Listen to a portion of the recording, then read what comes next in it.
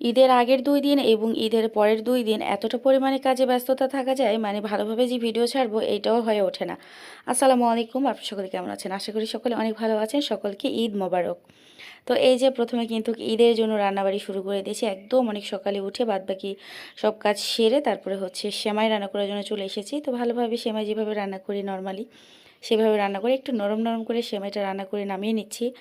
আর এদিকে হচ্ছে ২ রকমের সেমাই, বাট একটাই হচ্ছে পানিটা জাল দিয়ে নিয়েছি, মানে দুধ ভালোভাবে জ্বালিয়ে ২ রকমের সেমাই ২ জায়গাতে রান্না করে নিয়েছি। আর আজকে হবে চটপটি। চটপটি তো আমাদের হবে ঈদের মধ্যেই ২ রকম ৩ রকমের সেমাই এবং হচ্ছে চটপটির রান্নাটা হয়। তো এই যে ২ রকমের সেমাই সুন্দরভাবে রান্না করে নামিয়ে নেওয়ার পর এখন চটপটি রান্না বসিয়ে দিয়েছি, কারণ ঈদের দিন প্রচণ্ড কাজের চাপ থাকে বা ঈদের আগে পরে।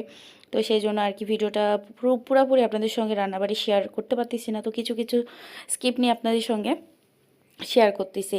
তো এখানে কিন্তু সুন্দরভাবে চটপটির মশলাটা ভালোভাবে কষিয়ে নিয়েছি। আর অনেক সকালে উঠে কিন্তু চটপটি আগেই ধুয়ে প্রেসার কুকারে গ্যাসের চুলাতে আর কি সিটিটা দিয়ে নিয়েছি, তারপরে হচ্ছে রান্না এখানে কমপ্লিট করতেছি। তো যাই হোক, সেমাই আর চটপটি রান্না একদম আমার ডান। তো আস্ত ডিম দিয়ে দিয়েছি এবং কাটা ডিম দিয়ে দিয়েছি। আর তাড়াহুড়া করে রান্না করে চলে আসার পর এখানে ঈদে যাওয়ার জন্য সবাই রেডি হচ্ছে। তো আপনাদের ভাইয়া তো নিজে রেডি হয়েছে, ছেলেকে রেডি করে দেওয়ার পর এখানে কিন্তু ঈদ সালামি দেওয়া চলতেছে।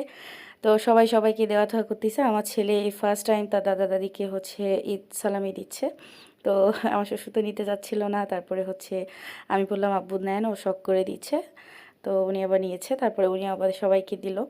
তো যাই হোক, আপনাদের ভাইয়া সবাইকে দেওয়ার জন্য ওর হাতে টাকা দিচ্ছে, তো ও সবাইকে আর কি দিয়ে আসতেছে। তো এগুলো নিয়ে অনেক হাসাহাসি কথাবার্তা এখানে হচ্ছিল। তো আমার শাশুড়িও ছিলেন, তাকেও দেওয়া হয়েছে। তো এখানে আমার জা এবং জায়ের হাজব্যান্ড, মানে আমার দেবর এবং জা সকলকেই ঈদ পরবি দেওয়া হচ্ছিল, মানে দেওয়া নেওয়ার পালা চলতেছিল। আর এখানে কিন্তু আপনাদের ভাইয়া সুন্দরভাবে রেডি হয়ে গিয়েছে, দুই বাবা ছেলে ম্যাচিং ম্যাচিং। তো গত ঈদে এটা নিয়েছে, যারা আমার গত ঈদের ভিডিও দেখেছে তারা হয়তো বলতে পারবেন এই ড্রেসটা হয়তো বারবার পরেছে। আসলে শুধু আপনাদের ভাইয়া এই ড্রেসটা শুধু ঈদেই পরতেছে, আর একবার পরে তো নষ্ট হয় না, এই জন্য ঈদে ও একটা পরে নামাজ পড়ে। তো ছেলেও মানে ছেলে মানুষের কাপড় তো ছোটো হয়ে গেলে তার হবে না, তো এই জন্য আমি নতুন পাঞ্জাবিও কিনেছে, তা বাদেও আমি এইটাই আমি বাবা ছেলের ম্যাচিংয়ের জন্য এটাই পরে দিয়েছি ছেলেকে। তো সবার ঈদ বোনাস দেওয়া শেষ, আমি বললাম আমারটা কোথায়? তো আপনাদের ভাইয়া চুপি চুপি ঘরে এসে আমাকে একটু বেশি ঈদ বোনাস দিয়ে ফেলেছে। তো তারপরে এই যে সবাই একটু মিষ্টি মুখ করে তারপরে হচ্ছে যাবে আর কি। তো এই জন্য সবাই মিষ্টিমুখ করতেছে, আমি একটু ভিডিও নিচ্ছি। সুন্দরভাবে তারা সেমাই উঠে উঠে খাচ্ছে, মানে বসার সময় নাই যে ডাইনিংয়ে বসে একটু খাবে, ওই সময় নাই, এখানে এইভাবে হয়ে যাবে। তো মিষ্টিমুখ করে তারা এখন বের হবে। তো মিষ্টমুখ করার পর এবং সালামি দেওয়ার পরে এখন তারা সবাই হচ্ছে একটু ছবি তোলার জন্য আমাদের গেটে দাঁড়ানো হয়েছে, তাদেরকে একটু সুন্দরভাবে ছবি উঠিয়ে নিব। তো আমি একটু ভিডিও নিচ্ছি, আমার যা হচ্ছে ছবি নিচ্ছে। তো এইভাবে হচ্ছে আমাদের ঈদের আনন্দটা ভাগাভাগি করে নেওয়া হলো আর কি। তো এখন হচ্ছে সবাই হচ্ছে এখন বের হয়ে চলে যাবে, এখন হলো ছেলে সবাই মিলে আর কি এখন চলে যাচ্ছে নামাজে।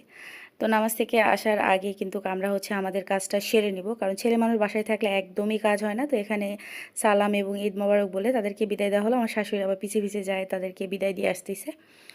আর এইদিকে কিন্তু সবাই চলে যাওয়ার পর পুরো বাসাটা খুব সুন্দরভাবে পরিষ্কার পরিচ্ছন্ন করে তারপরে আপনাদের সঙ্গে একটু শেয়ার করতেছি। তো এটা হচ্ছে আমার রুম। তো আমার রুমে অনেক দুইটা ওয়ারড্রপ, একটা ড্রেসিং টেবিল আর একটা খাট, এটা হচ্ছে ডাইনিং স্পেস। সবাই খেয়ে গিয়েছে।